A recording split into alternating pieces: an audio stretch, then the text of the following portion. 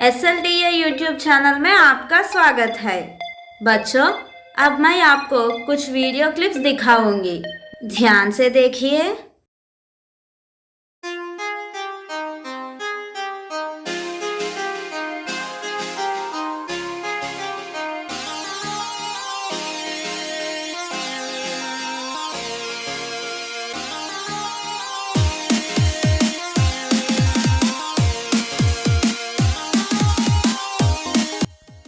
बच्चों, video clips फिर से एक बार देखेंगे। मछली कहाँ है? पानी में। बंदर कहाँ है? पेड़ पर। लड़की किसको किताब दे रही है? लड़के को।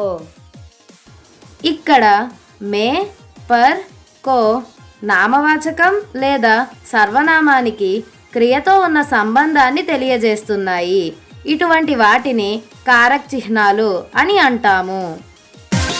बच्चों, आज हम इस वीडियो में कारक के बारे में जानेंगे. In English, it is called as case. अब हम सामान्य परिभाषा देखेंगे. संज्ञा या सर्वनाम के उस रूप को कारक कहते हैं जिस रूप से वाक्य के शब्दों के साथ उसका संबंध प्रकट होता है और క్రియా की ఉత్పత్తి में సహాయక్ హో. వాక్యంలోని పదాల మధ్య సంబంధాన్ని వ్యక్తపరుస్తూ మరియు క్రియ యొక్క ఉత్పత్తికి సహాయపడే నామవాచకము లేదా సర్వనామం యొక్క రూపాన్ని कारक అని అంటాము.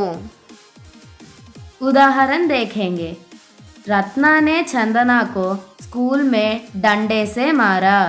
इस वाक्य में रत्ना ने चंदना को स्कूल में डंडे से ये संज्ञाओं का आपस में और मारा क्रिया से संबंध प्रकट होता है. अतः ये सब कारक है. ఒక ఉదాహరణను చూద్దాము.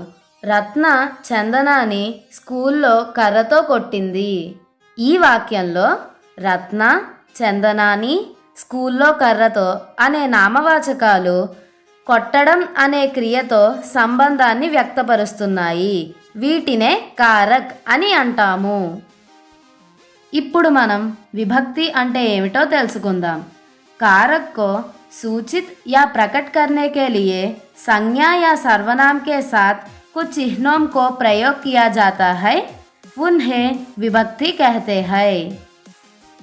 కారక్ను సూచించడానికి నామవాచకము లేదా సర్వనామంతో పాటు కొన్ని చిహ్నాలను ఉపయోగిస్తాము. వాటినే విభక్తులు అని అంటాము. ఉదాహరణకు మే, పర్, కో మొదలగునవి. विभक्ति रहित को शब्द और विभक्ति सहित को पद कहते हैं. हिंदी में 8 कारक है जिनके नाम और चिन्ह इस प्रकार है. इसके बारे में विस्तार रूप से जानेंगे. कर्ता नॉमिनेटिव. संज्ञा या सर्वनाम के जिस रूप से क्रिया के करने वाले का बोध हो उसे कर्ता कहते हैं. जैसे राम ने रावण को मारा. कर्ता నామవాచకము లేదా సర్వనామం యొక్క ఏ రూపం ద్వారా అయితే క్రియని చేసేవారి గురించి తెలుస్తుందో వాటినే కర్త అని అంటాము. ఉదాహరణకు రాముడు రావణుణ్ణి చంపెను. ఈ వాక్యంలో చంపడం అనేది క్రియ. ఎవరు చేశారు? రాముడు చేశాడు. కనుక రాముడు కర్త. कर्म ऑब्जेक्टिव. संज्ञा या सर्वनाम का वह रूप जो उस वस्तु का बोध कराए जिस पर कर्ता के व्यापार का फल पड़ता हो उसे कर्मकारक कहते हैं. उदाहरण राम ने रावण को मारा. यहाँ राम के मारने के व्यापार का फल रावण पर पड़ता है. కర్త యొక్క క్రియా ఫలితం వేటి మీదైతే పడుతుందో వాటినే కర్మకారక్ అని అంటాము. ఉదాహరణకు రాముడు రావణుణ్ణి చంపెను. ఈ వాక్యంలో కర్త ఎవరు? రాముడు. చేసిన క్రియ ఏమిటి? చంపడం. కర్త చేసిన క్రియ ఫలితం ఎవరి మీద పడింది? రావణుడి మీద. కనుక రావణుడు కర్మ.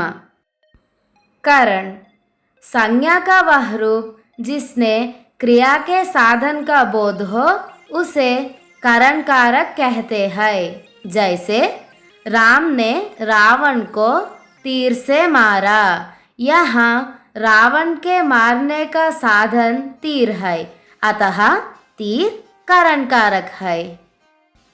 నామవాచకం యొక్క ఏ రూపం ద్వారా అయితే క్రియ యొక్క సాధనం తెలుస్తుందో దానిని కరణ్ కారక్ అని అంటాము. ఉదాహరణకు రాముడు రావణుణ్ణి బాణంతో చంపెను. ఈ వాక్యంలో క్రియ ఏమిటి? చంపడం. దేని ద్వారా జరిగింది? బాణం ద్వారా. కనుక బాణం అనేది కరణ్ కారక్.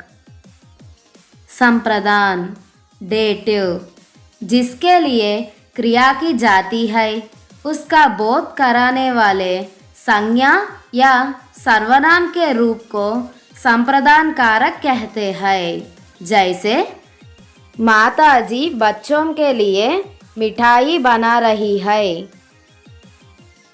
इस वाक्य में के लिए संप्रदान कारक దేని కొరకైతే క్రియ జరుగుతుందో దానిని తెలియజేసే నామవాచకము లేదా సర్వనామము యొక్క రూపాన్ని సంప్రదాన్ కారక్ అని అంటాము. అమ్మ పిల్లల కోసం మిఠాయిలు తయారు చేస్తూ ఉంది. ఈ వాక్యంలో కొరకు అనేది సంప్రదాన్ కారక చిహ్నం. అపాదాన్ एब्लेटिव संज्ञा या सर्वनाम के जिस रूप से पृथकत्व का बोध हो उसे अपादान कारक कहते हैं। जैसे विनय ने रत्ना से पुस्तक लिया। इस वाक्य में से अपादान कारक चिह्न है। కర్త నుండి కర్మను వేరు చేసే దానిని అపాదాన్ కారక్ చిహ్న అని అంటాము. ఉదాహరణకు వినయ్ రత్న నుండి పుస్తకాన్ని తీసుకున్నాడు. ఈ వాక్యంలో నుండి అనేది అపాదాన్ కారక్ చిహ్నము. संबंध लोकेटिव संज्ञा का जो रूप एक वस्तु का दूसरी वस्तु से संबंध प्रकट करे उसे संबंध कारक कहते हैं। जैसे राम का भाई लक्ष्मण है। इस वाक्य में का సంబంధ కారక చిహ్న హై. నామవాచకం యొక్క ఏ రూపం ద్వారా అయితే మొదటి వస్తువుకి రెండవ వస్తువుకి మధ్య ఉన్న సంబంధాన్ని తెలియజేస్తుందో దానిని సంబంధ కారక్ అని అంటాము. ఉదాహరణకు రాముడి యొక్క తమ్ముడు లక్ష్మణుడు. ఈ వాక్యంలో యొక్క అనేది సంబంధ కారక చిహ్నము. అధికరణ్ लोकेटिव संज्ञा के जिस रूप से क्रिया के आधार का बोध हो उसे अधिकरण कारक कहते हैं। जैसे मछली जल में तैरती है, यहाँ तैरने का आधार जल में, अतः जल में ये अधिकरण कारक है. నామవాచకం యొక్క ఏ రూపం ద్వారా అయితే క్రియ యొక్క ఆధారాన్ని తెలియజేస్తుందో దానిని అధికరణ్ కారక్ అని అంటాము. ఉదాహరణకు చాప నీళ్ళల్లో ఈదుతుంది.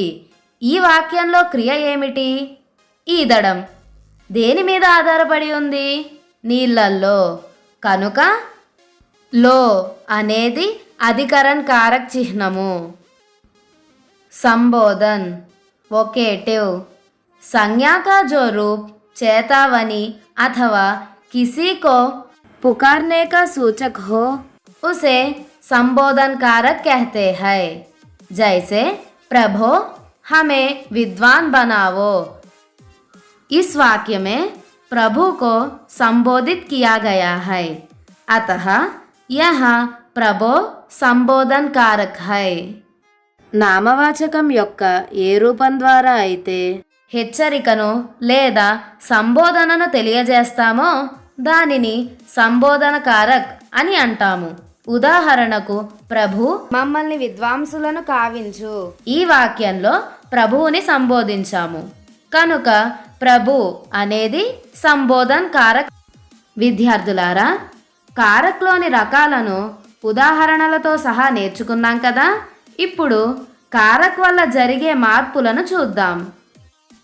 विभक्तियों के प्रयोग से संज्ञाओं के रूप में विकार होता है. यह विकार दोनों वचनों में होता है, जैसे लड़का, लड़के से, लड़कों से आदि. విభక్తులను ప్రయోగించేటప్పుడు నామవాచకం యొక్క రూపాలలో మార్పులు వస్తాయి. ఇవి ఏకవచనంలోనూ మరియు బహువచనంలో కూడా వస్తాయి. ఉదాహరణకు బాలుడు అనే నామవాచకాన్ని తీసుకుందాము. ఇది ఏకవచనంలో అయితే బాలుడితో, బహువచనంలో అయితే బాలురుతో అని మార్పు చెందుతుంది. విద్యార్థులారా, వీడియోని శ్రద్ధగా చూశారు కదా. రివిజన్ కొరకు ఈ స్లైడ్ని చూడండి.